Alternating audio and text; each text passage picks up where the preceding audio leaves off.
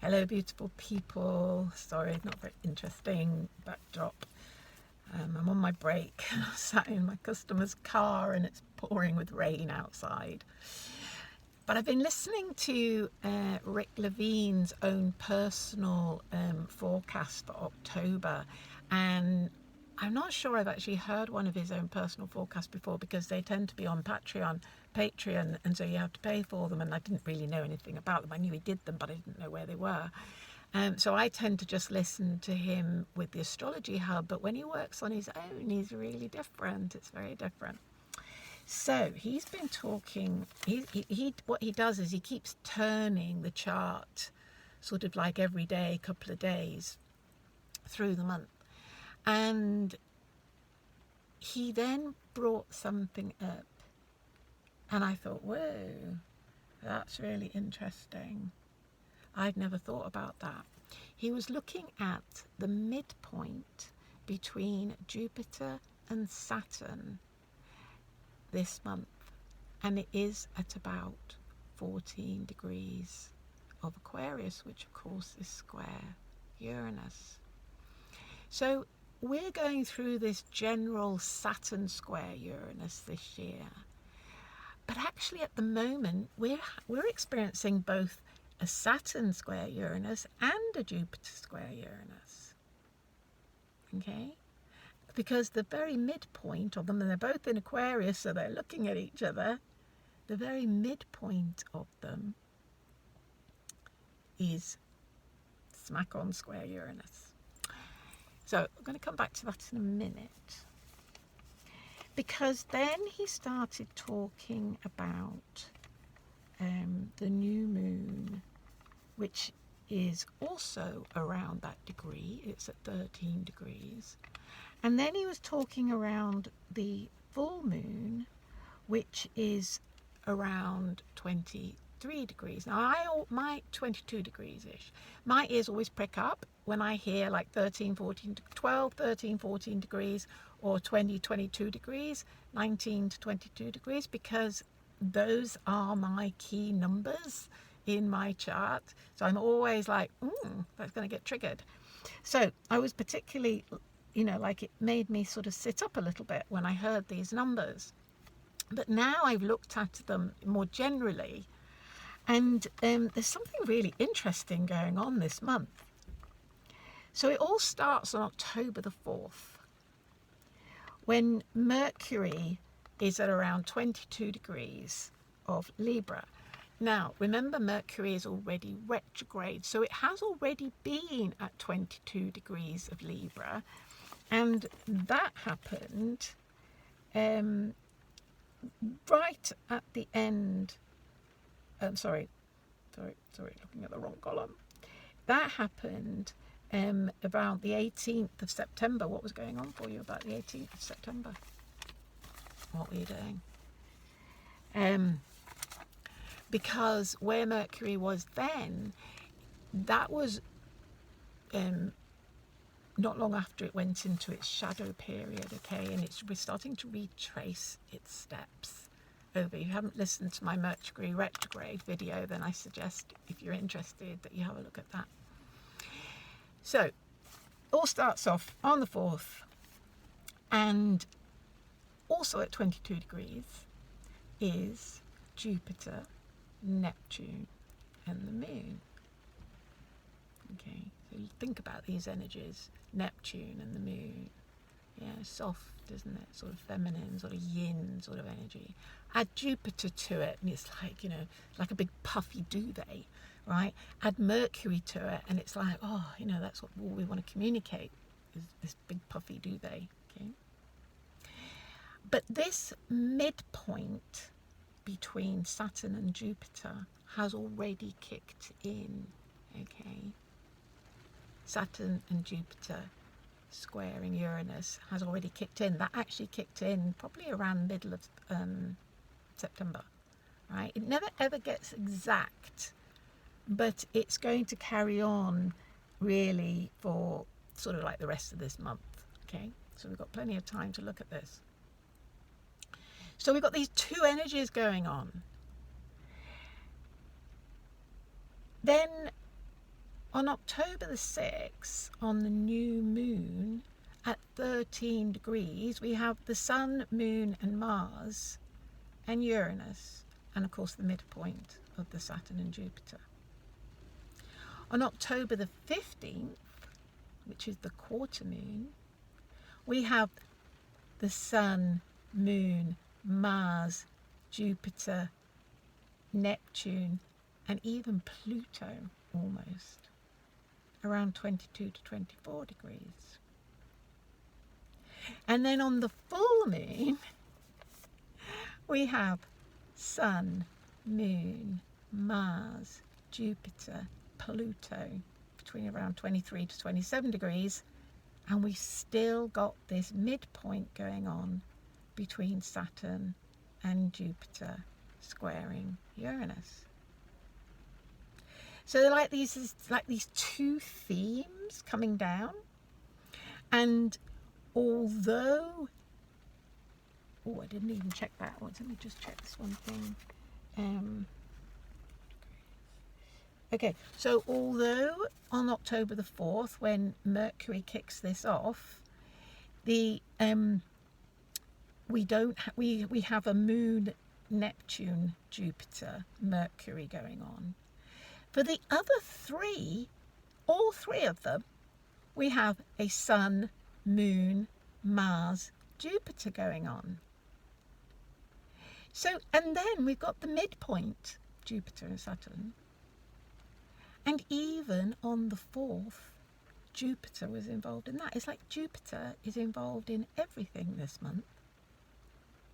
It's involved in all the 13 degree stuff because of the midpoint, and it's involved at all the 22, 23 degree stuff because that's where it's at in Aquarius at the moment.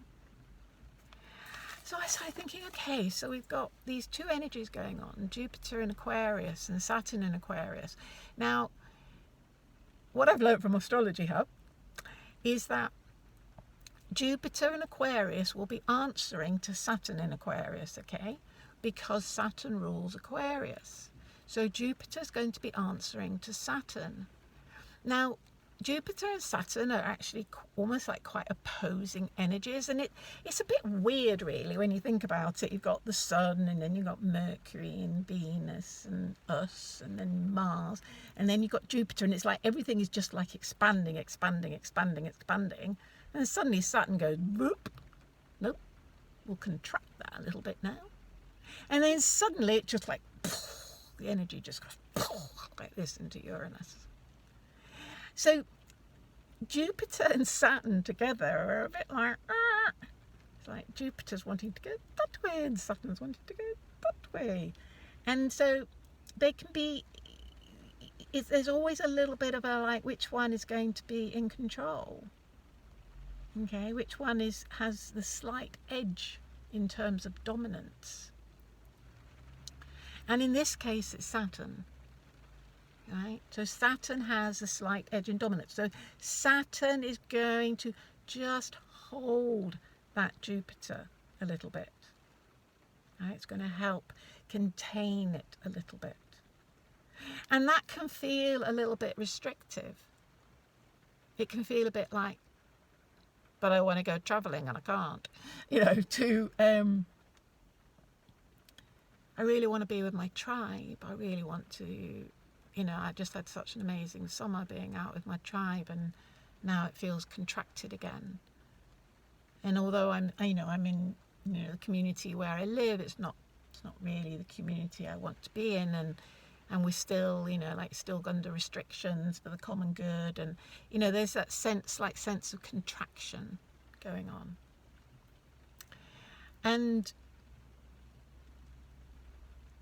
But Saturn's brilliant at planning. So Saturn can say to Jupiter, okay, so you have a plan, an audacious plan in how you could actually reach the entire universe, Aquarius, Jupiter, expand as far as possible. And Saturn saying, so you've got a plan, you've got an idea, you've got an understanding. of how we could do that. Okay, I'm your man, I'll get it sorted for you, I'll get it organised for you. It really is up to us how we choose to use the energy. Choose to use. It's up to us how we choose to use it. It's available at all those different levels. It's up to us how we want to use it. But it's the fact that Jupiter is involved with both the Saturn and the Uranus. It's almost like, you see, Uranus would also has like incredible ideas and inspiration, but when it's feeling sat upon by Saturn, it just wants to rebel. It just wants to go, it just wants to be rebellious and say, fuck you, I'm just not going to do it. Okay. And I think what we have an opportunity here, and I actually spoke about this in my live today, we have an opportunity here to feel that compression of Saturn, feel it, and then make a choice. Am I going to get angry and just go, fuck this, I'm going to go, whatever, do whatever?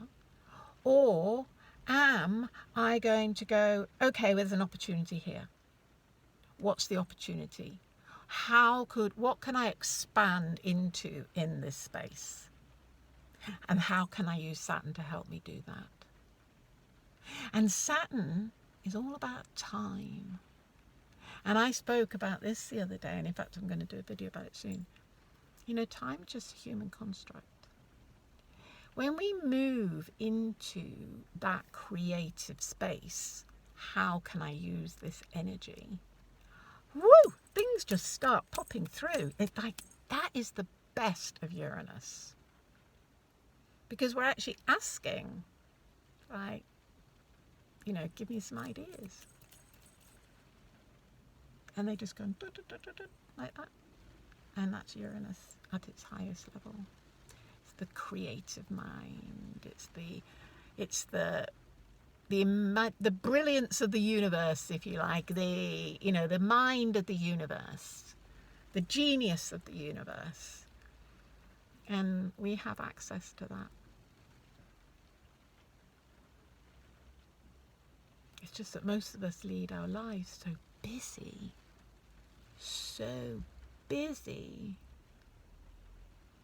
we just never take the time. We just know, and that's the weird thing, isn't it? Because that's how we see it. It's like we don't take the time, because that is the way that our brains have been programmed to think, that we have to carve out this piece of time to do it. And it's not like that. You could do it in 30 seconds. Because what happens is you move into a different dimension of space and time, where those boundaries of time don't exist. But you still have to give yourself permission to do it. You still have to give yourself permission.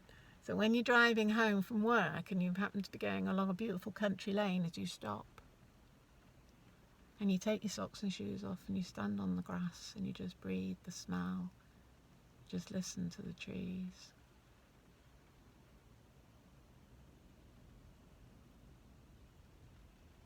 And that precious moment of connection is all you need.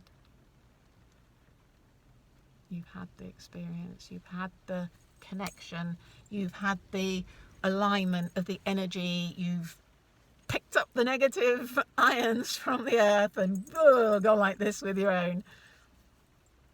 And you'll feel loads better.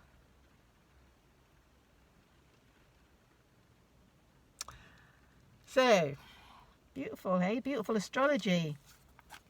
So, I'm interested in this Sun, Moon, Mars, Jupiter, Neptune, Pluto. Sun, Moon, Mars, Jupiter, Neptune, Pluto. So we've got all three levels of the will. Mars, the Sun, and Pluto. Okay, so it's like the ego will of the Sun, the will of our instinct, if you like, through Mars, and universal will through Pluto. And then we've got the Moon and Neptune. So that's like the ego aspect of our love, and Neptune is like the highest universal love. So the one that's missing from there is Venus. And I'm going to see where Venus is on October the 14th. Okay, so she's only at 7.5 degrees. So yeah, she's a little bit out on a limb at the moment. 7.5 degrees of he said about this. 7.5 degrees of Sagittarius, and of course Jupiter rules Sagittarius. It's that heartfelt desire for freedom, to be able to break through these boundaries that hold us so much into this perception of our material reality, which isn't real, but we live all the time like it is. And that's where the Neptune comes in. Yeah, because we have to decide what's the illusion. And Pluto's going, well, you just have to listen to the will of God. You just have to listen to God, and you'll be directed, and you'll find your path, you'll find your truth. And then meanwhile, Jupiter's going, yeah, just want to expand my boundaries. I just want to expand. And you've got, and of course, it's the Jupiter-Neptune. And although they're in different signs at the moment, Jupiter's in Aquarius and Neptune's in Pisces, at the end, oh wow, I hadn't even thought about this. At the end of April next year, it's about April 27th, Jupiter and Neptune are conjunct with Venus and the Moon.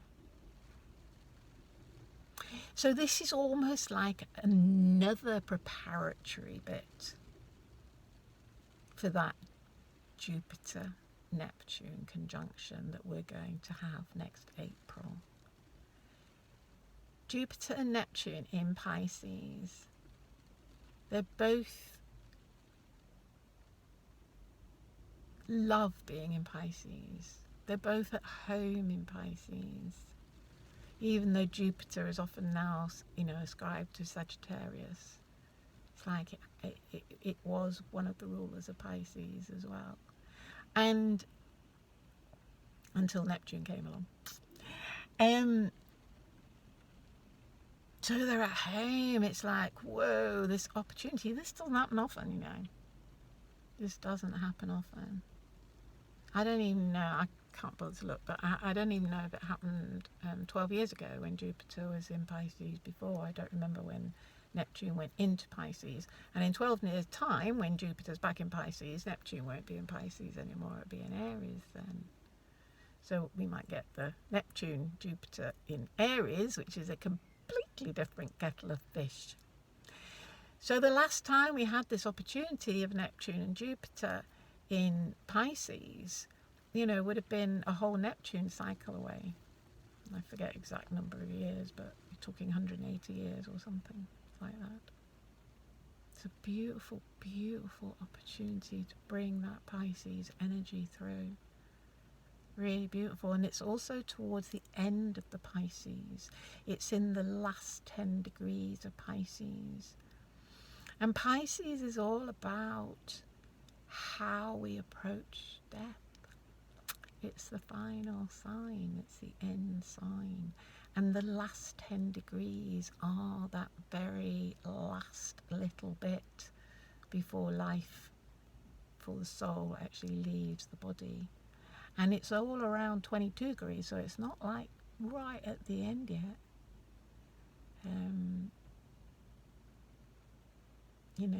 We've got a bit of getting this highest vibration of Neptune and Pisces, really grounded, really grounded. Love. Love, love, love, love, love, love, love, love, love, love, love, love, love, love, love, love, love. It's all about love. Getting it really grounded into this material world before it all moves into Aries. So moving into Aries, it's like, whoa, yeah, like the play. Can you imagine? You wouldn't believe it's, you know, well, you do. We all have had that experience. That when we're with somebody we really connect with, that we really love, it's so playful. It's just really playful. It's like you can be kids again. You can just like play. But we often think about Aries as the god of war. But let's not go there. This is about play.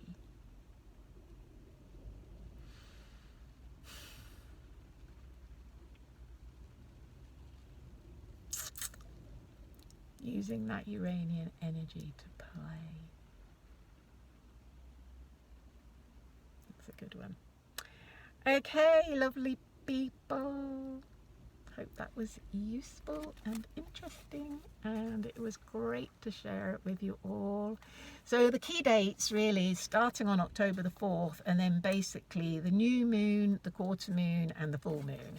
If you just know that around those times, very interesting energy going on around 13 degrees and 22 degrees, and if you've got any of those degrees in your chart, then useful to have a look.